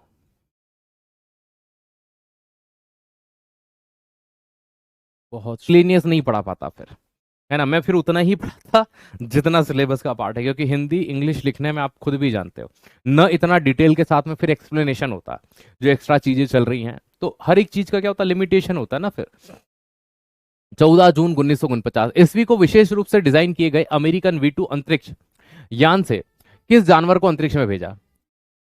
अब यहां पर ये 1949 में भेज रहे हैं, अल्बर्ट 2 नामक बंदर को। किसको भेजा इन्होंने? अल्बर्ट 2 नामक बंदर को भेजा। भाई रशिया ने किसको भेजा था? लाइका नामक कुतिये को भेजा था। इनने काय को भेजा? बंदर को भेजा। क्या हम भी भाई साहब दूसरा जानवर भेजेंगे? बंदर। अब अंतरिक्ष में भेजे गए पशु, एबल और बेकर जो थे, ये क्या थे? तो याद रखना 1959 में भेजे गए बंदर थे। ठीक है, वेल्का और स्टेल्का नामक क्या थे? कुत्ते थे, 1960 में भेजे। ये सब कौन कर रहा है? USA कर रहा है ना। तो लाइका किसने पहुंचाया था? USR ने पहुंचाया था, ये USA पहुंचा रहा है। अल्बर्ट 2 नामक बंदर इन्होंने 1949 में पहुंचाया। इंडिया ने सर कोई बंदर बंदर पहुंचाए? नहीं साहब। ठीक है, अपन ने नहीं पहुंचाए। पृथ्वी की कक्षा में सफलतापूर्वक चक्कर लगाने वाला प्रथम उपग्रह कौन सा था? स्पुतनिक फर्स्ट था। किसका था? रशिया का था, रूस का था। ठीक है। भास्कर फर्स्ट और भास्कर सेकंड क्या है? तो ये हमने इंडिया ने बनाए हैं। और काई के लिए बनाए हैं? भास्कर फर्स्ट और भास्कर सेकंड हमने पृथ्वी के पर्यवेक्षण के लिए। इसका मतलब ये मत समझना सूरज के हैं ये। सूरज के लिए हमने क्या बनाया था? सूरज के लिए हमने क्या बनाया था? तो सूरज का पर्यायवाची नाम याद करो।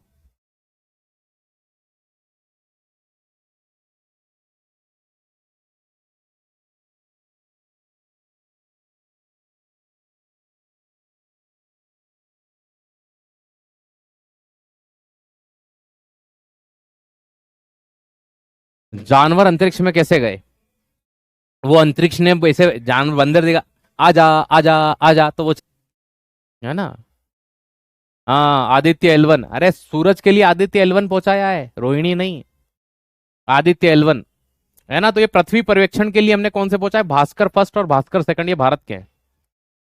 चलो, स्टेप। स्टेप का मतलब क्या होता है? सैटेलाइट टेलीकम्युनिकेशन एक्सपीरियंस प्रोजेक्ट कब प्रारंभ किया गया था? 1977 में। सीधा पूछ सकता है आपसे। इनसेट प्रणाली की शुरुआत हमने कब की थी? 1983 में की थी। यह बहुउद्देशीय कार्य प्रणाली है, एशिया पैसिफिक क्षेत्र की सबसे बड़ी है। अगर भारत ये चालू कर लेता है ना, ये पॉइंट याद रखना, एशिया प्रशांत सागर की सबसे बड़ी घरेलू संचार प्रणाली कौन सी है? तो इनसेट है। किसकी है? इंडिया की, है ना। याद रखना, किसकी है? India, INDIA। INSAT satellite system पूरे एशिया का और पैसिफिक का सबसे बड़ा, ठीक है, सबसे बड़ा। तो इनसेट प्रणाली हमने 1983 में शुरू की थी और अभी तक इस पे काम चल रहा है। INSAT first, INSAT second, INSAT third, क्योंकि हमारे पास आबादी इतनी बड़ी है। भारतीय अंतरिक्ष कार्यक्रम के जनक कौन थे? विक्रम अंबालाल साराभाई। कौन थे? विक्रम अंबालाल साराभाई। एक इस टॉपिक से हटकर के थोड़ा सा प्रश्न है, क्योंकि कभी कभी इसको रॉकेट में लगाने की भी चर्चाएं हुई थी कि हवाई जहाज के ब्लैक बॉक्स का क्या रंग होता है। एक्चुअल में ब्लैक बॉक्स जो होता है ना, ये जो रॉकेट वगैरह होते हैं, ये भी हवाई जहाज के इंजन की तरह ही काम करते, तो इनमें भी इसको लगाते हैं। जब भी क्या होता है कि किसी एरोप्लेन क्रैश हो जाता है, तो सबसे पहले जो ढूंढा जाता है ना, अगर मान लीजिए कहीं मलबा मिला, कुछ मिला, तो ब्लैक बॉक्स ढूंढा जाता है कि सर इसमें क्या होता है। इसमें जो अंदर आगे जो पायलट होते हैं, जो चला रहे होते हैं, उनकी पूरी बातचीत होती है। और दूसरी चीज, जो इक्विपमेंट काम कर रहे होते हैं, वो उनका थोड़ा बहुत डेटा रहता है इसके अंदर। तो इससे उनकी बातचीत से ये पता चलता है कि भैया क्या हुआ होगा। क्योंकि बहुत सी बार मान लीजिए कम्युनिकेट नहीं कर पा रहे हैं और वो क्रैश हो गया, तो इस ब्लैक बॉक्स के अंदर हेलो हेलो हेलो, है ना, मेडे हेलो, इस तरह से वो चिल्लाते हैं और बोलते हैं हम कंट्रोल नहीं कर पा रहे हैं, मेडे हेलो, इस तरह जो भी बातें कर रहे हो XYZ, वो इस ब्लैक बॉक्स के अंदर होती है। तो ये पूछते हैं कि हवाई जहाज के ब्लैक बॉक्स का कलर क्या होता है? तो ऑरेंज कलर होता है। और बहुत रिपीटेड प्रश्न है, स्टैटिक जीके का पार्ट होता है ये, बहुत ज्यादा पूछा जाता है। पहला राष्ट्र जिसने चंद्रमा पर अपना झंडा लगाया था वो कौन था? झंडा अमेरिका ने लगाया पहली बार। ठीक है, किसने लगाया था? अमेरिका। USR पहुंचने वाला पहला था, लेकिन झंडा ले जाना भूल गया था। ठीक है, मतलब झंडा नहीं लगा पाया, आप ये समझिए, क्योंकि झंडा गाड़ने के लिए आदमी चाहिए। हालांकि रोबोट भी गाड़ी देता है यूं करके धीरे धीरे। ठीक है, तो ऐसा हो सकता था, लेकिन पहला राष्ट्र जो कौन था? USA था। किस अंतरिक्ष एजेंसी ने विश्व के सबसे छोटे रॉकेट का सफल प्रक्षेपण किया था? जाक्सा। जाक्सा जापान की है। जाक्सा कहाँ की है? जापान की है ना। तो जाक्सा एजेंसी, जैसे अपनी इसरो है ना, वैसे जापान की का क्या नाम है? जाक्सा। तो लिख लेना, जापान नहीं लिखा हो तो लिखा है आगे। जापान की अंतरिक्ष एजेंसी जिसका नाम क्या है? जाक्सा, सबसे छोटी करती है इसरो। चलिए, सेलिन फर्स्ट। सेलिन एक्चुअल में चंद्रमा का नाम होता है।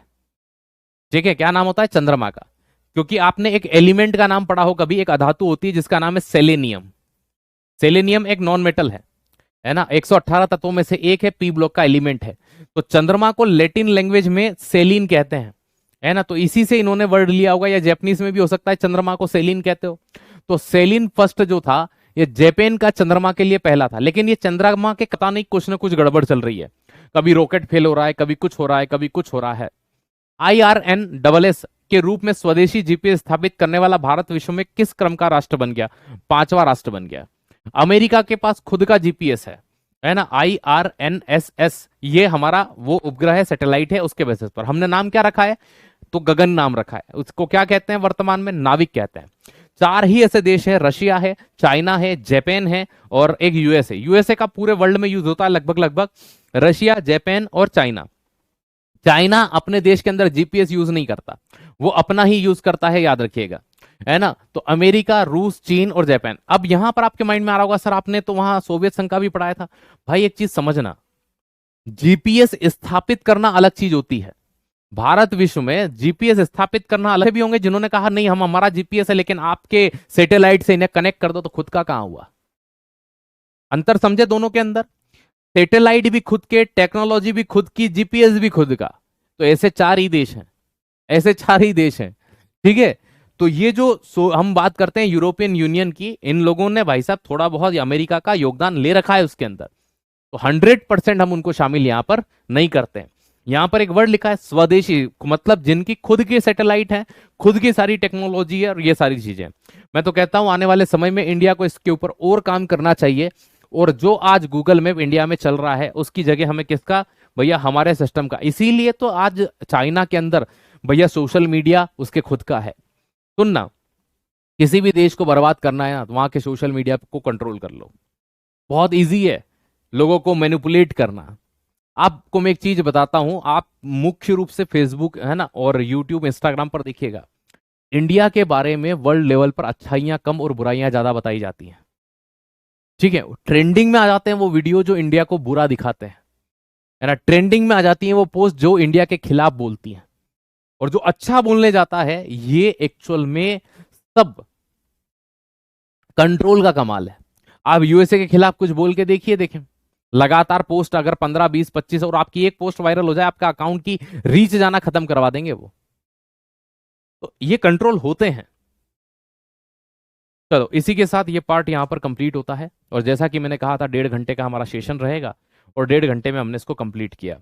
अब आपके लिए एक होमवर्क में देता हूं, है ना। 2025 से लेकर, है ना, इस 26 में जब तक आपके एग्जाम होते हैं, है ना, इसरो ने क्या क्या किया है इसरो ने क्या क्या किया है ना, जो भी उपग्रह लॉन्च किए हों सारी चीजें, है ना, 2025 से लेकर 26 24 वगैरह तक और 25 के भी कुछ टाइम तक तो मैंने कवर करा दिया। ये आपके करंट अफेयर के मुद्दे रहेंगे। ठीक है, काई के रहेंगे करंट अफेयर के। और इजीली आपको मिल भी जाएंगे किसी भी आप, है ना, बुक वगैरह से पढ़ेंगे। देखो मैं इसमें इसलिए नहीं करवाता इनको, है ना, क्योंकि करंट अफेयर की चीजें हैं। अगर मैं आपको करवा भी दूंगा तो भी कहीं ये वही रहेगा कि पार्ट ऑफ करंट अफेयर रहेगा, ये साइंस एंड टेक का पार्ट नहीं रहता। तो आपको करंट अफेयर डेली पढ़ना है। कभी कोई ऐसा मिल जाए कि इसरो ने ये काम कर दिया है तो आप अपने नोट्स में 3-4 पेज छोड़ दो यार, उनको नोट कर लेना, है ना। तो 3-4 पेज इस टॉपिक के बाद, इस यूनिट के बाद छोड़ देना। चलिए नेक्स्ट यूनिट अब हमारी कौन सी रहेगी, यूनिट नंबर 7। ठीक है, जेनेटिक्स जो है, और लगभग अगले वीक में हम उसको कंप्लीट करने की कोशिश करेंगे। अभी इसमें 2-4-8 पॉइंट बाकी हैं। ठीक है, तो वो मैं आपको मंडे के दिन शुरुआत में करवा दूंगा, उसके बाद हम क्लास स्टार्ट कर लेंगे। 2-4-8 सिंगल 1 लाइनर पॉइंट है जो इंडिया लेवल पर है। ठीक है, तो वो मैं आपको करवा दूंगा। ठीक है, देन हम इसमें क्या बढ़ जाएंगे, आगे बढ़ जाएंगे। जैसे कि कुछ ऐसा विशेष है नहीं, लेकिन फिर भी 7-8 पॉइंट जो है, मुझे लग रहा है कि 2-4 ऐसे पॉइंट हैं जो मुझे करवाने हैं। ठीक है, तो ये टॉपिक हमारा कंप्लीट हो चुका है। 7-8 पॉइंट इसके जो भी रहेंगे 1 लाइनर, वो मैं आपको मंडे के दिन करवा दूंगा, देन हम नया टॉपिक शुरू कर लेंगे। ठीक है। तो क्योंकि वो मैं बना नहीं पाया, मैं बना ही रहा था दिन में, लेकिन फिर वापस से मैं उलझ गया, देन वो हो नहीं पाए। तो वो 7-8 पॉइंट है, सिंगल 1 लाइनर पॉइंट रहेंगे, तो 7-8 लाइनें रहेंगी, वो हम कवर कर लेंगे।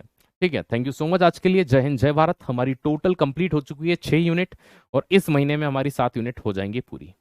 ठीक है, चलिए धन्यवाद। जय हिंद, जय भारत। Thank you.